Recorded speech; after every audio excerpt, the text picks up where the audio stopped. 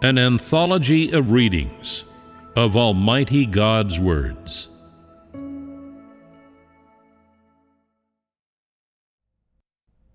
God Himself, the Unique.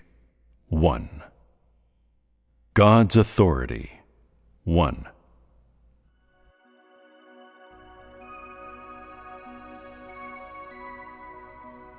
The words below are indispensable to knowing the authority of God, and their meaning is given in the fellowship below.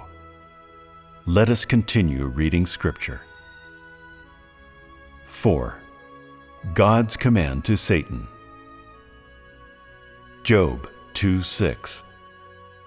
And Jehovah said to Satan, Behold, he is in your hand, but save his life. Satan has never dared to transgress the authority of the Creator, and because of this, all things live in order. This is an excerpt from the book of Job, and the he in these words refers to Job. Though brief, this sentence elucidates many issues. It describes a particular exchange between God and Satan in the spiritual world, and tells us that the object of God's words was Satan. It also records what was specifically said by God. God's words were a command and an order to Satan. The specific details of this order relate to sparing the life of Job, and where God drew the line in Satan's treatment of Job. Satan had to spare Job's life. The first thing we learn from this sentence is that these were words spoken by God to Satan. According to the original text of the book of Job, it tells us the background to such words. Satan wished to accuse Job, and so it had to obtain the agreement of God before it could tempt him. When consenting to Satan's request to tempt Job, God put forward the following condition to Satan. Behold, he is in your hand, but save his life. What is the nature of these words? They are clearly a command, an order. Having understood the nature of these words, you should, of course, also grasp that the one who issued this order was God, and that the one who received this order and obeyed it was Satan. Needless to say, in this order, the relationship between God and Satan is evident to anyone who reads these words. Of course, this is also the relationship between God and Satan in the spiritual world, and the difference between the identity and status of God and Satan, provided in the records of the exchanges between God and Satan in the Scriptures, and, to date, is the specific example and textual record in which man can learn of the distinct difference between the identity and status of God and Satan. At this point, I must say that the record of these words is an important document in mankind's knowledge of the identity and status of God, and it provides important information for mankind's knowledge of God. Through this exchange between the Creator and Satan in the spiritual world, man is able to understand one more specific aspect in the authority of the Creator. These words are another testimony to the unique authority of the Creator. Outwardly, they are an exchange between Jehovah God and Satan. Their substance is that the attitude with which Jehovah God speaks and the position from which he speaks are higher than Satan, which is to say that Jehovah God is commanding Satan with the tone of an order and is telling Satan what it should and should not do, that Job is already in its hands, and that it is free to treat Job however it wishes, but may not take Job's life. The subtext is that although Job has been placed in Satan's hands, his life is not given over to Satan. No one can take the life of Job from God's hands unless permitted by God. God's attitude is clearly articulated in this command to Satan, and this command also manifests and reveals the position from which Jehovah God converses with Satan. In this, Jehovah God not only holds the status of the God who created light and air and all things and living beings, of the God who holds sovereignty over all things and living beings, but also of the God who commands mankind and commands Hades, the God who controls the life and death of all living things. In the spiritual world, who apart from God would dare to issue such an order to Satan? And why did God personally issue his order to Satan? Because the life of man, including that of Job, is controlled by God. God did not permit Satan to harm or take the life of Job, which is to say that just before God permitted Satan to tempt Job, God still remembered to specially issue such an order, and once again commanded Satan not to take the life of Job.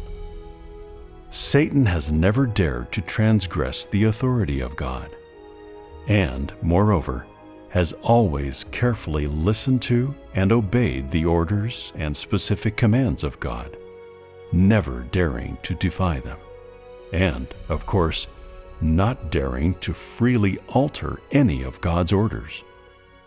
Such are the limits that God has set out for Satan, and so Satan has never dared to cross these limits. Is this not the might of God's authority? Is this not a testimony to God's authority?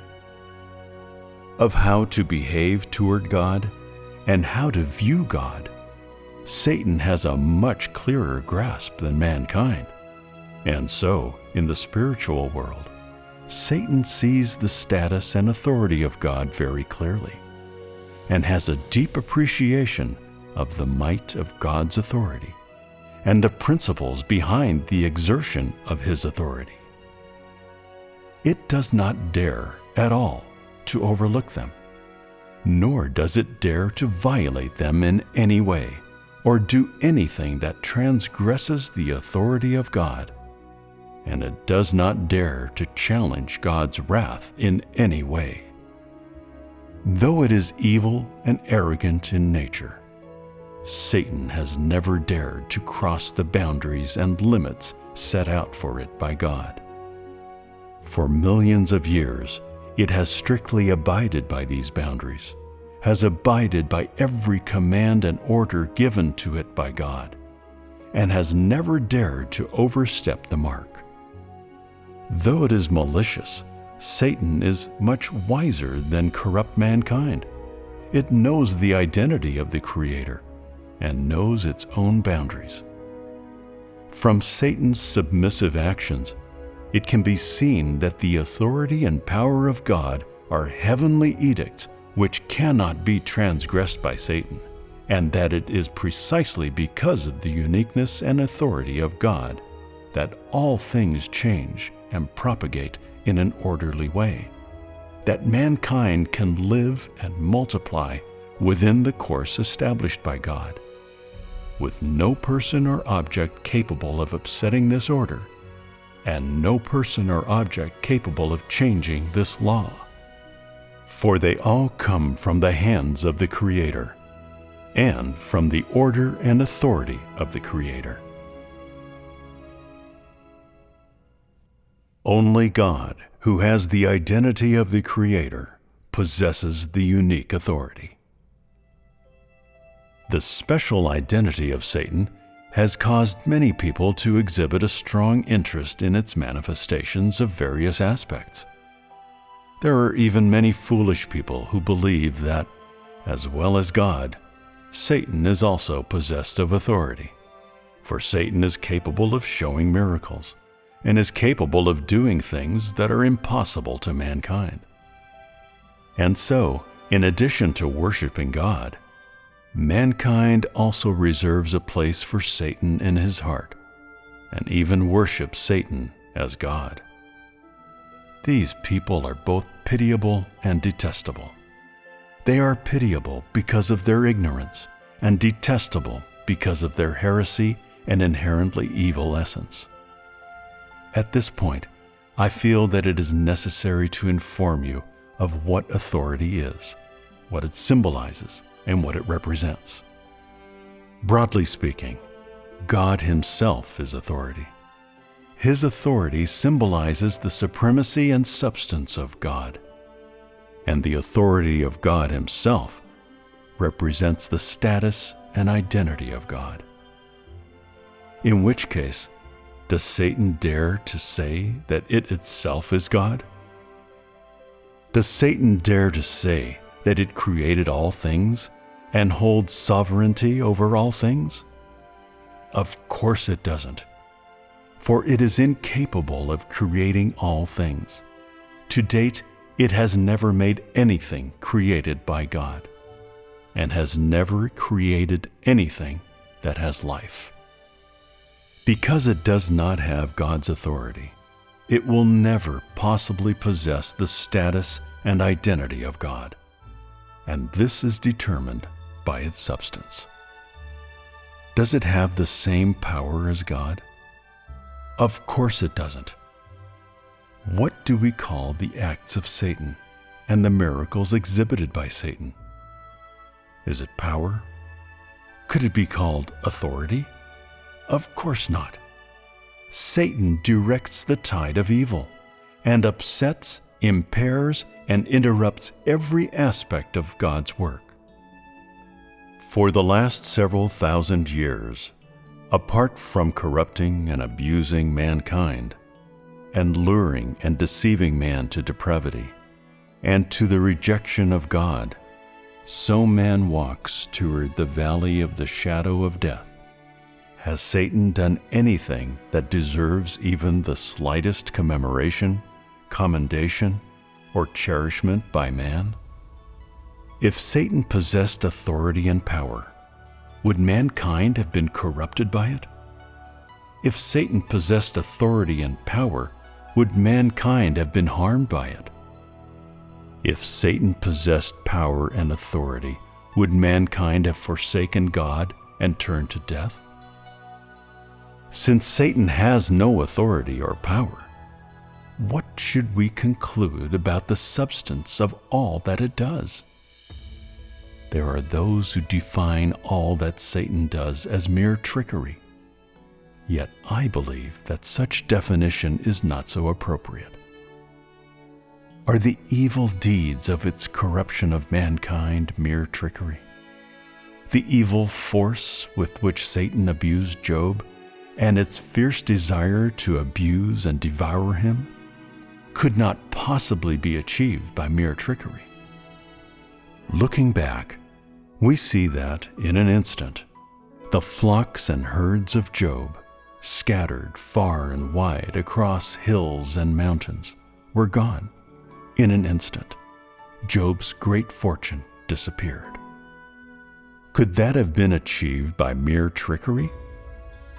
The nature of all that Satan does corresponds to and fits with negative terms, such as to impair, to interrupt, to destroy, to harm, evil, maliciousness, and darkness. And so the occurrence of all that is unrighteous and evil is inextricably linked to the acts of Satan, and is inseparable from the evil substance of Satan.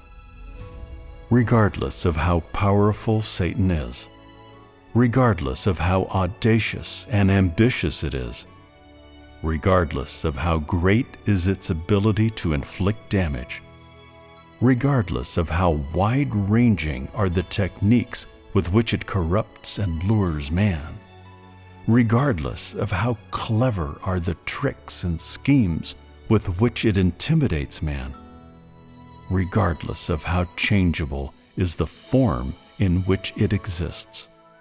It has never been able to create a single living thing, has never been able to set down laws or rules for the existence of all things, and has never been able to rule and control any object, whether animate or inanimate. Throughout the vast expanse of the universe, there's not a single person or object that was born from it, or exists because of it. There is not a single person or object that is ruled by it, or controlled by it. On the contrary, it not only has to live under the dominion of God, but, moreover, must obey all of God's orders and commands. Without God's permission, it is difficult for Satan to touch even a drop of water or grain of sand upon the land. Without God's permission, Satan is not even free to move the ants about upon the land, let alone mankind who was created by God.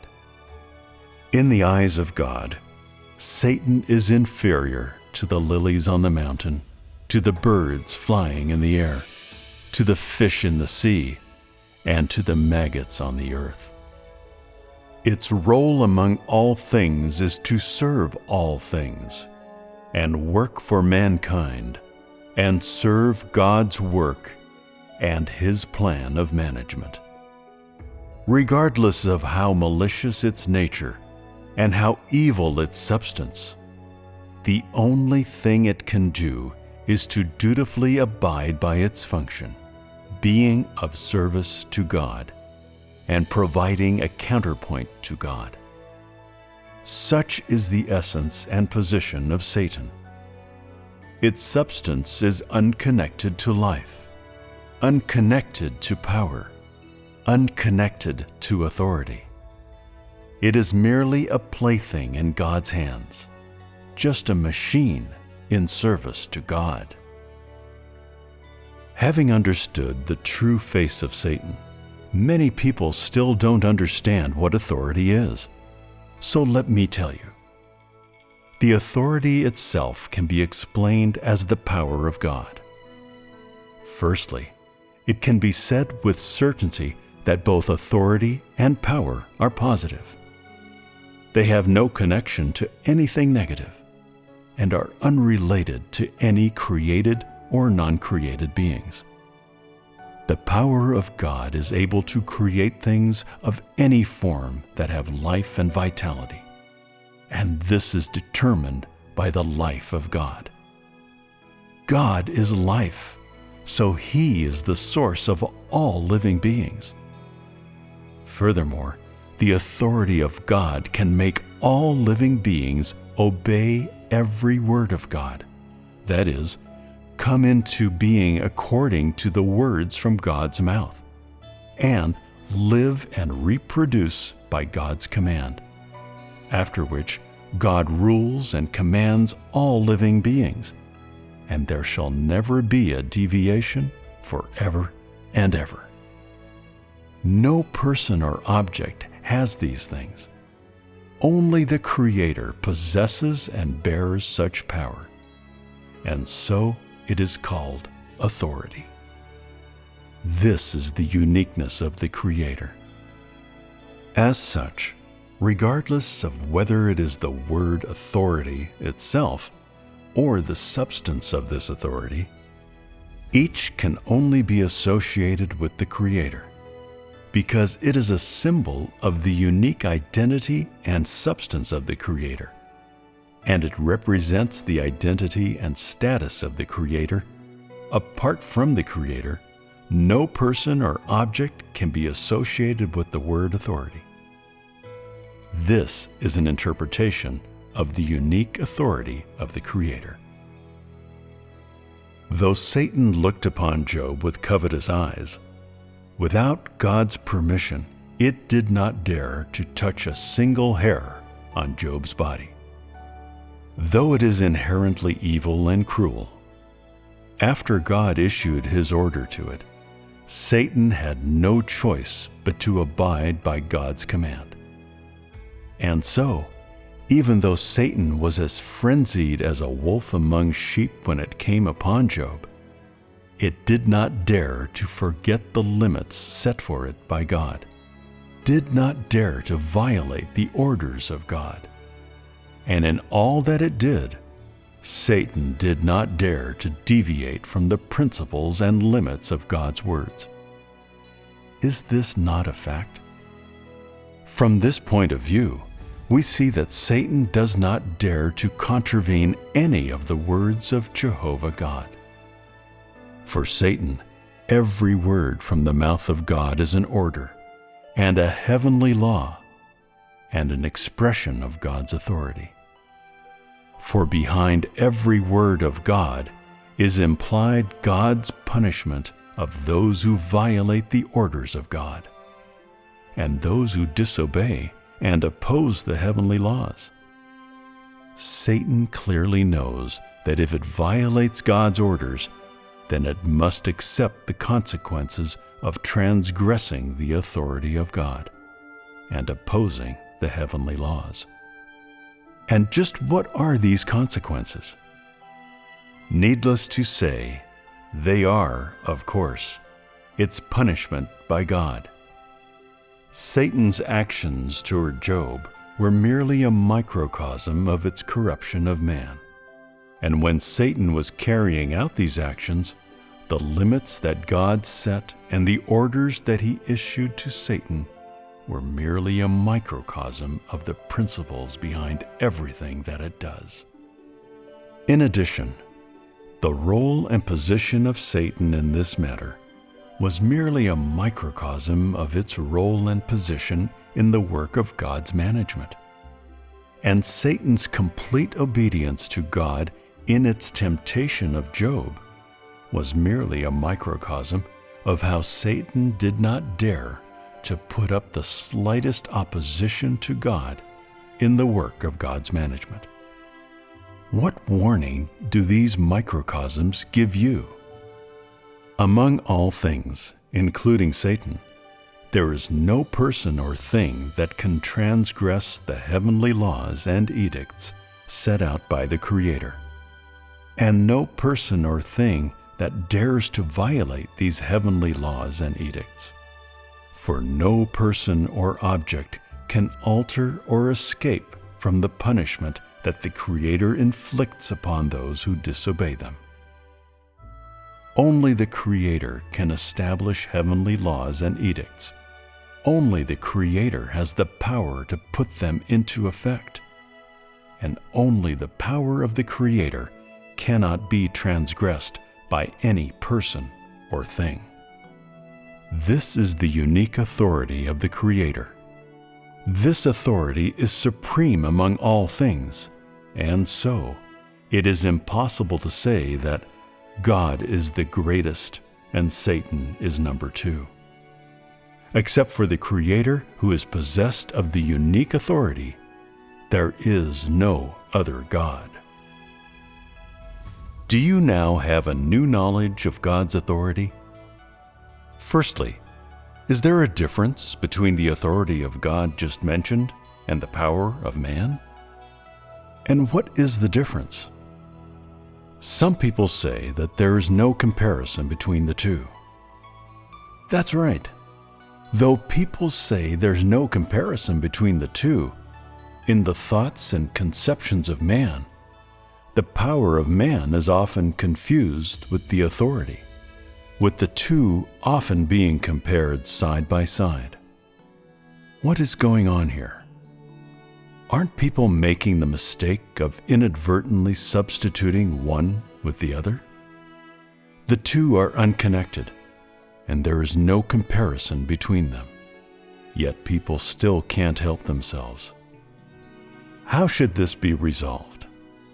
If you truly wish to find a resolution, the only way is to understand and know the unique authority of God.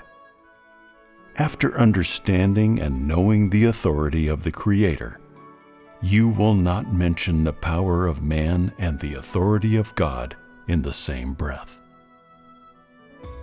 What does the power of man refer to? Simply put, it is an ability or skill which enables the corrupt disposition, desires, and ambitions of man to be expanded or accomplished to the greatest extent. Does this count as authority? Regardless of how swollen or lucrative the ambitions and desires of man, that person cannot be said to possess authority. At most, this puffing up and success is merely a demonstration of Satan's buffoonery among man.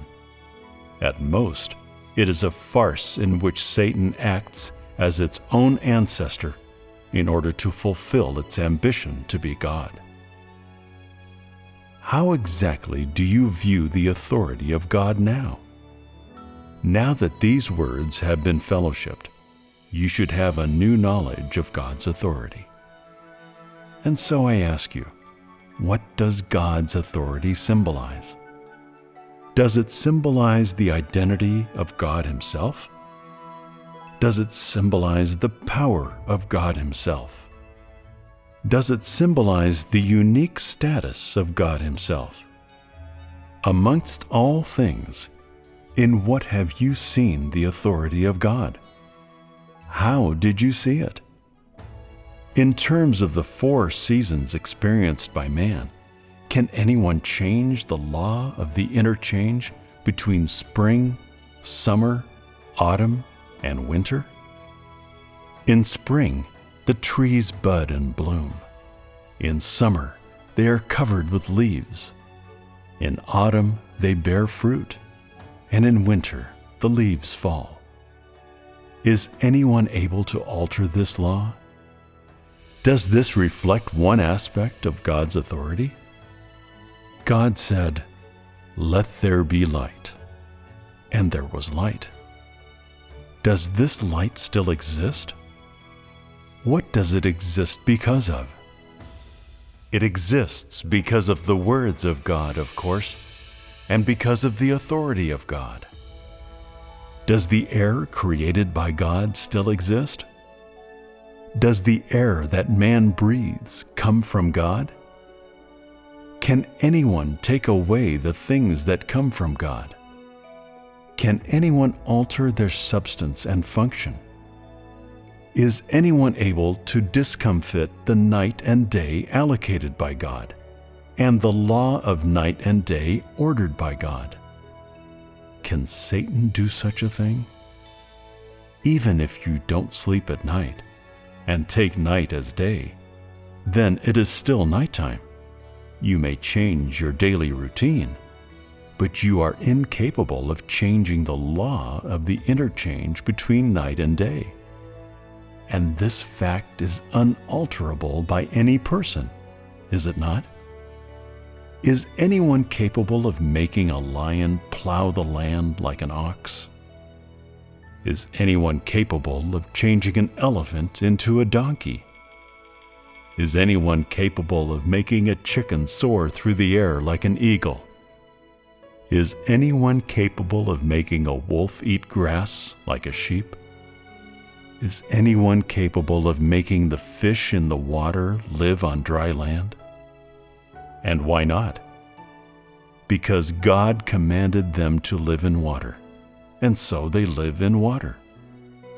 On land, they wouldn't be able to survive and would die. They are unable to transgress the limits of God's command. All things have a law and limit to their existence, and they each have their own instincts. These are ordained by the Creator and are unalterable and unsurpassable by any man. For example, the lion will always live in the wild, at a distance from the communities of man, and could never be as docile and faithful as the ox that lives together with and works for man. Although elephants and donkeys are both animals, and both have 4 legs, and are creatures that breathe air, they are different species, for they were divided into different types by God. They each have their own instincts, and so they will never be interchangeable. Although the chicken has 2 legs and wings just like an eagle, it will never be able to fly in the air. At most, it can only fly into a tree, and this is determined by its instinct. Needless to say, this is all because of the commands of the authority of God. In the development of mankind today, the science of mankind can be said to be flourishing, and the achievements of man's scientific exploration can be described as impressive. Man's ability, it must be said, is growing ever greater, but there is one scientific breakthrough that mankind has been unable to make. Mankind has made airplanes, aircraft carriers, and the atomic bomb. Mankind has gone into space, walked on the moon, invented the internet, and lived the high-tech lifestyle. Yet mankind is incapable of creating a living, breathing thing. The instincts of every living creature and the laws by which they live, and the cycle of life and death of every kind of living thing, all these are impossible and uncontrollable by the science of mankind. At this point, it must be said that no matter what great heights are attained by the science of man, it is incomparable to any of the thoughts of the Creator, and is incapable of discerning the miraculousness of the Creator's creation and the might of His authority. There are so many oceans upon the earth, yet they have never transgressed their limits and come upon land at will, and that is because God set boundaries for each of them. They stayed wherever He commanded them, and without God's permission, they cannot move around freely. Without God's permission, they may not infringe upon each other, and can only move when God says so, and where they go and stay is determined by the authority of God. To put it plainly, the authority of God means that it is up to God. God has the right to decide how to do something, and it is done in whatever way He wishes. The law of all things is up to God, and not up to man. Neither can it be altered by man. It cannot be moved by the will of man, but is instead changed by the thoughts of God, and the wisdom of God, and the orders of God. And this is a fact that is undeniable to any man. The heavens and earth and all things, the universe, the starry sky, the 4 seasons of the year, that which is visible and invisible to man, they all exist, function, and change without the slightest error, under the authority of God, according to the orders of God, according to the commandments of God, and according to the laws of the beginning of creation.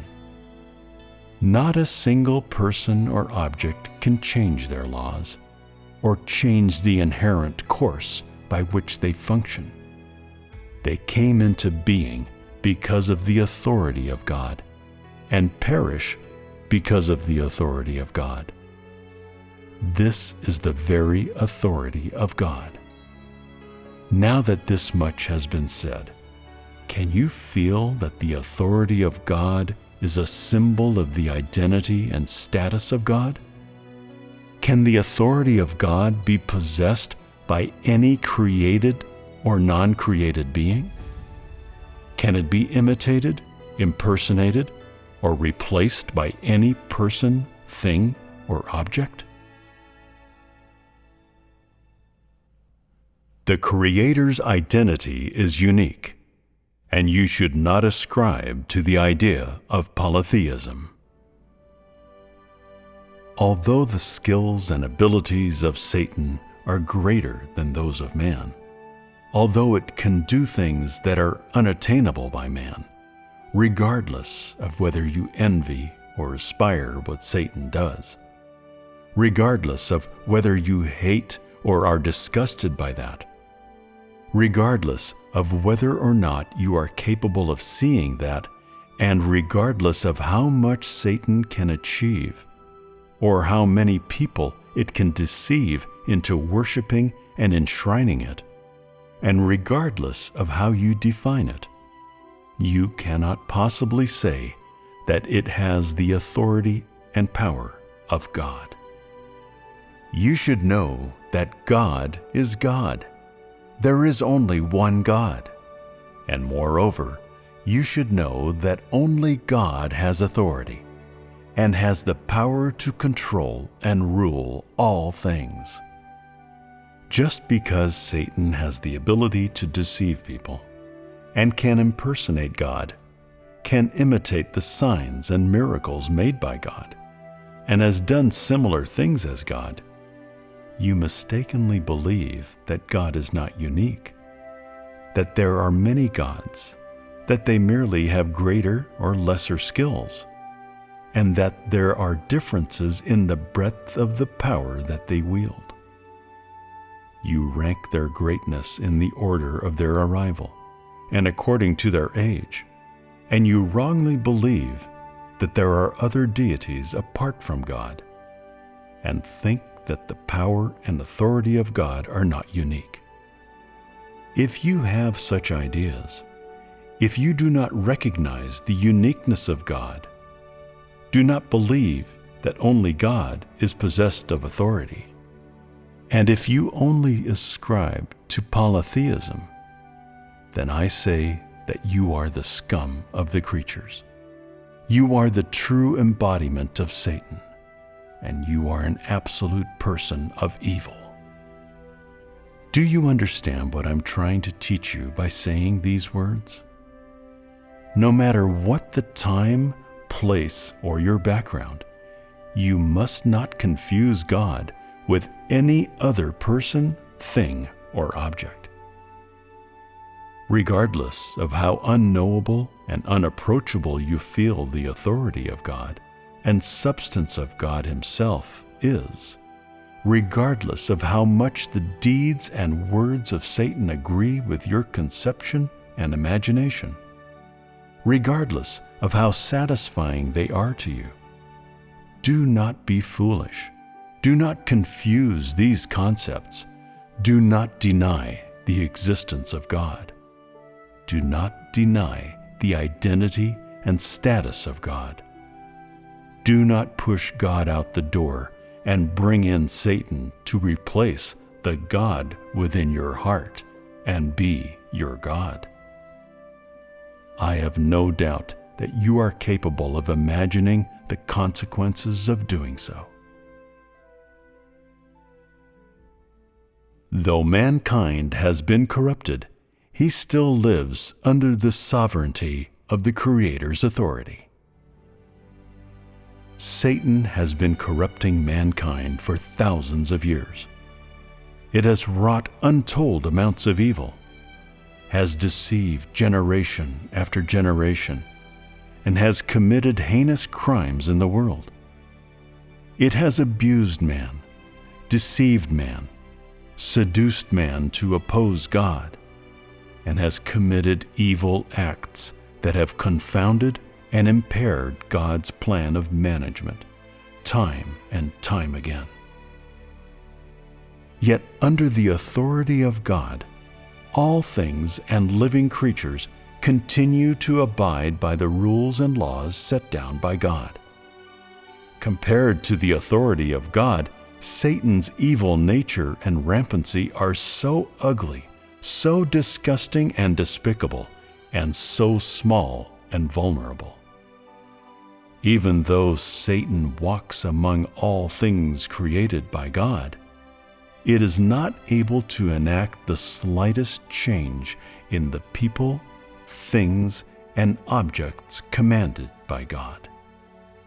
Several thousand years have passed, and mankind still enjoys the light and air bestowed by God, still breathes the breath exhaled by God Himself, still enjoys the flowers, birds, fish, and insects created by God, and enjoys all the things provided by God. Day and night still continually replace each other. The 4 seasons alternate as usual. The geese flying in the sky depart in this winter and still return in the next spring. The fish in the water never leave the rivers and lakes, their home. The cicadas on the ground sing their hearts out during the summer days. The crickets in the grass gently hum in time to the wind during autumn. The geese gather into flocks, while the eagles remain solitary. The prides of lions sustain themselves by hunting. The elk don't stray from the grass and flowers. Every kind of living creature amongst all things departs and returns, and then departs again. A million changes occurring in the twinkling of an eye. But what doesn't change are their instincts and the laws of survival. They live under the provision and nourishment of God, and no one can change their instincts, and neither can anyone impair their rules of survival. Although mankind, who lives among all things, has been corrupted and deceived by Satan, man still cannot forego the water made by God, and the air made by God, and all things made by God. And man still lives and proliferates in this space created by God. The instincts of mankind have not changed. Man still relies on his eyes to see, on his ears to hear, on his brain to think, on his heart to understand, on his legs and feet to walk, on his hands to work, and so on. All the instincts that God bestowed upon man in order that he could accept the provision of God remain unaltered. The faculties through which man cooperates with God have not changed. Mankind's faculty for performing the duty of a created being has not changed. Mankind's spiritual needs have not changed. Mankind's desire to find his origins has not changed. Mankind's yearning to be saved by the Creator has not changed. Such are the current circumstances of mankind, who lives under the authority of God, and who has endured the bloody destruction wrought by Satan. Though mankind has been subjected to the oppression of Satan, and is no longer Adam and Eve from the beginning of creation, instead, being full of things that are antagonistic to God, such as knowledge, imagination, notions, and so on, and full of the corrupt satanic disposition. In the eyes of God, mankind is still the same mankind that He created. Mankind is still ruled and orchestrated by God, and still lives within the course set out by God. And so, in the eyes of God, mankind, who has been corrupted by Satan, is merely covered in grime, with a rumbling tummy, with reactions that are a little slow, a memory that's not as good as it used to be, and of a slightly older age. But all the functions and instincts of man are completely undamaged. This is the mankind that God intends to save. This mankind has but to hear the call of the Creator, and hear the voice of the Creator, and he will stand up and rush to locate the source of this voice.